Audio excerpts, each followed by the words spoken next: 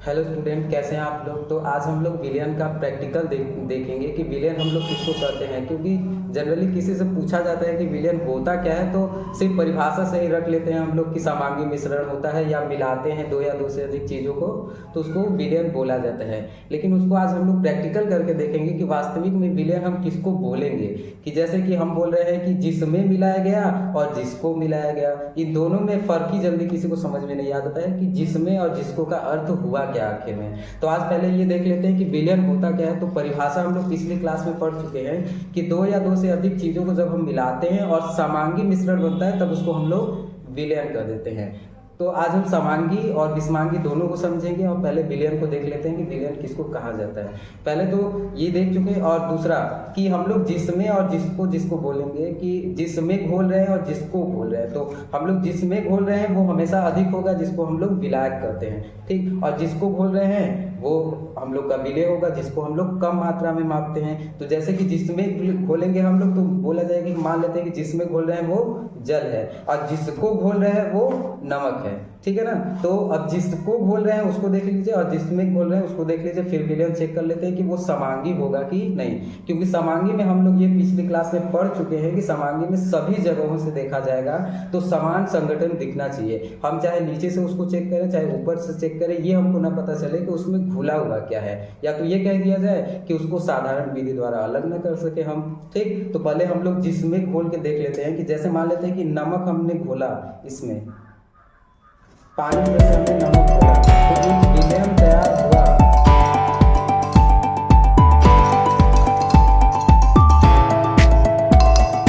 जैसे हमने कहा कि ये एक विलियन तैयार हुआ, लेकिन इसमें आप चाहे जिस तरह से देख लीजिए, इसकी तली में देख लीजिए या इसके सामने या इसके बीच में, चाहे जहां पर से भी इसको चेक करेंगे तो इसके संगठन समान ही मिलेंगे। कहने का मतलब ये हुआ कि इसके अणु परमाणु जो भी है आप चाहे जहां से भी चेक करेंगे आपको समान मात्रा में ही दिखने को मिलेंगे।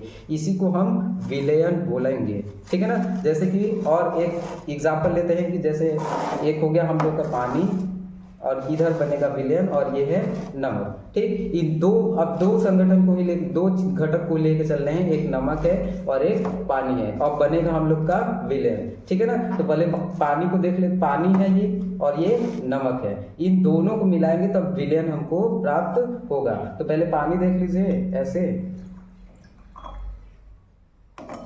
फिर दूसरा नमक ऐसे भी देख लीजिए।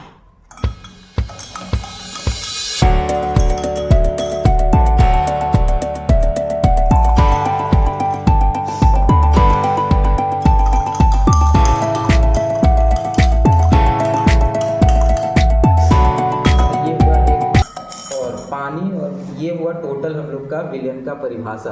पूरी तरह से अब समझ में आ गया होगा सबको। अब हम लोग एक चीज और देख रहे थे कि जिस कम मात्रा और अधिक मात्रा, कि हम विलेय किसको बोलेंगे और विलायक किसको बोलेंगे। ये तो टोटल हम लोग का विलियन हो गया। जिसको घोले हैं वो नमक है, वो विलेय होगा हमेशा, और जिसमें घोले हैं वो पानी है, वो सदैव विलायक होगा।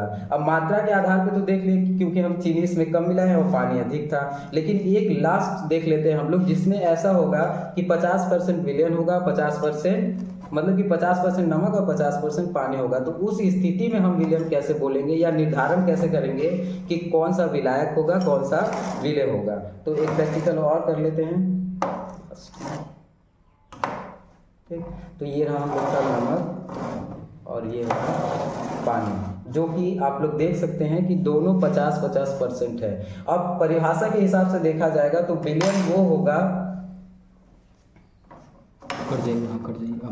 अब परिभाषा के हिसाब से ये देखा जाएगा कि विलियन अभी दोनों में ये भी 50% है और ये भी 50% है। तो अब विलेय विलायक का निर्धारण कैसे किया जाएगा। तो इस हिसाब से विलेय विलायक का निर्धारण इस तरह से भी कर सकते हैं कि या तो एग्जामिनर दे आपको कि आप नमक को विलेय मानिए और पानी को विलायक। नहीं तो अगर ऐसा हो जाए कि परिभाषा के हिसाब से कि जिसकी भौतिक अवस्था को वो धारण कर लेगा वो सदैव विलयन कहलाएगा। जैसे कि पानी हम लोग जानते हैं कि लिक्विड है और नमक ठोस है।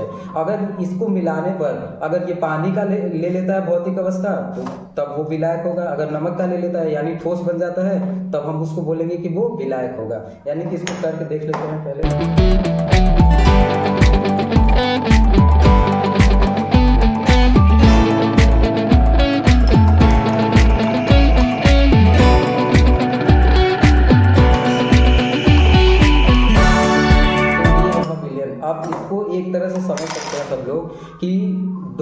मिलाया गया, 50-50% ही मिलाया गया, लेकिन उस पानी, इस विलयन का जो हम लोग विलयन बनाए हैं वो लिक्विड फॉर्म में ही हमको प्राप्त हुआ है। यानी कहने का मतलब ये हुआ कि अगर विलेय विलायक दोनों अगर 50-50% अगर होंगे तो हमेशा ये होगा कि जिसकी भौतिक अवस्था को धारण कर लेगा वो विलायक होगा। यानी इन दोनों में पानी विलायक था और नमक विलेय था। तो अब हम लोग विलयन में अब दो चीज़ें और देख लेते हैं कि एक समांगी मिश्रण होगा और एक विषमांगी मिश्रण होगा, ठीक है ना। तो समांगी मिश्रण में हम लोग ये जानते हैं कि हम इसको सरल विधि द्वारा अलग भी नहीं कर सकते हैं और इसके सारे संगठन जो होगा, इसमें जो घटक देखे जाएंगे वो सब जगह से समान देखा जाएगा। और विषमांगी ऐसा विलयन होगा जो कि सभी जगह से समान भी नहीं होगा, उसको हम साधारण विधि द्वारा भी अलग कर सकते हैं। ये हुआ विषमांगी मिश्रण। तो दो चीजें लेके चलते हैं। पहला एक विलयन बनाते हैं जो कि नमक और पानी का होगा और उसको हम समांगी मिश्रण बोलेंगे।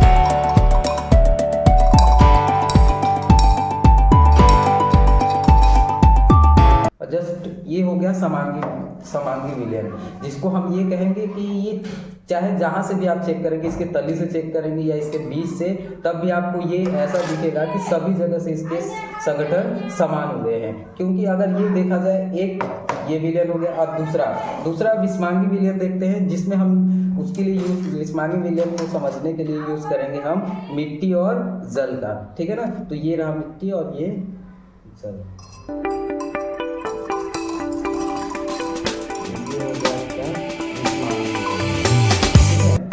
इस विलयन को भी आप देखेंगे, इस समय आपको धीरे धीरे दिख रहा होगा कि वो तली में बैठ रहे हैं। अगर ये कहा जाए कि ये समांगी मिश्रण अगर हो सकता, लेकिन होता क्या, उसमें हम इसको छान के अलग भी कर सकते हैं, क्योंकि आपको धीरे धीरे दिख रहा होगा कि इसके मिट्टी तली में धीरे धीरे बैठ रहे हैं। तो अगर हम इसको ऊपर से मिट्टी का गुण चेक करेंगे तो हमको बहुत ज़रूरत से ज़्यादा कम मिलेगा, और इसके तली में चेक किया जाएगा तो बहुत ज़्यादा देखने को मिलेगा। तो ये हो गया विषमांगी विलयन। और इसको अब एक और जो बोला गया है अभी कि हम एक को अलग कर सकते हैं साधारण विधि द्वारा। साधारण विधि एकदम सिंपल विधि लेके चलते हैं, छानने वाला विधि, ठीक है ना। तो पहला समांगी मिश्रण को देखते हैं कि हम इसके नमक और पानी को क्या अलग कर सकते हैं, ठीक। फिर उसके बाद विषमांगी को देखा जाएगा कि क्या वास्तव में ये अलग होता है कि सिर्फ बोला जाता है, ठीक है ना। तो पहले अब दूसरा भी कर लेते हैं। तो ये रहा समांगी विलयन और ये चार छन्नी।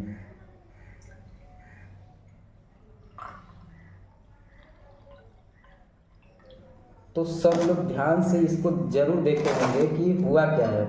हुआ ये है कि ना तो हम नमक को अलग कर पाए हैं, ना तो ये तो कर दिया जाए नमक को ही अलग करना था, नमक को अलग किया नहीं जा सका है, जो कि एकदम साधारण विधि था। ये सब लोग घर पे भी करके देख सकते हैं। तो ये हो गया समांगी विलयन पूरी तरह से सिद्ध की समांगी विलयन आखिर में होता क्या है। अब एक विषमांगी विलयन को देख लेते हैं कि विषमांगी विलयन के घटक जो उसमें मिलाए गए हैं क्या उसको हम अलग कर सकते हैं वास्तव में, तो देख लेते हैं। तो ये रहा विषमांगी विलयन और ये क्या चाहिए।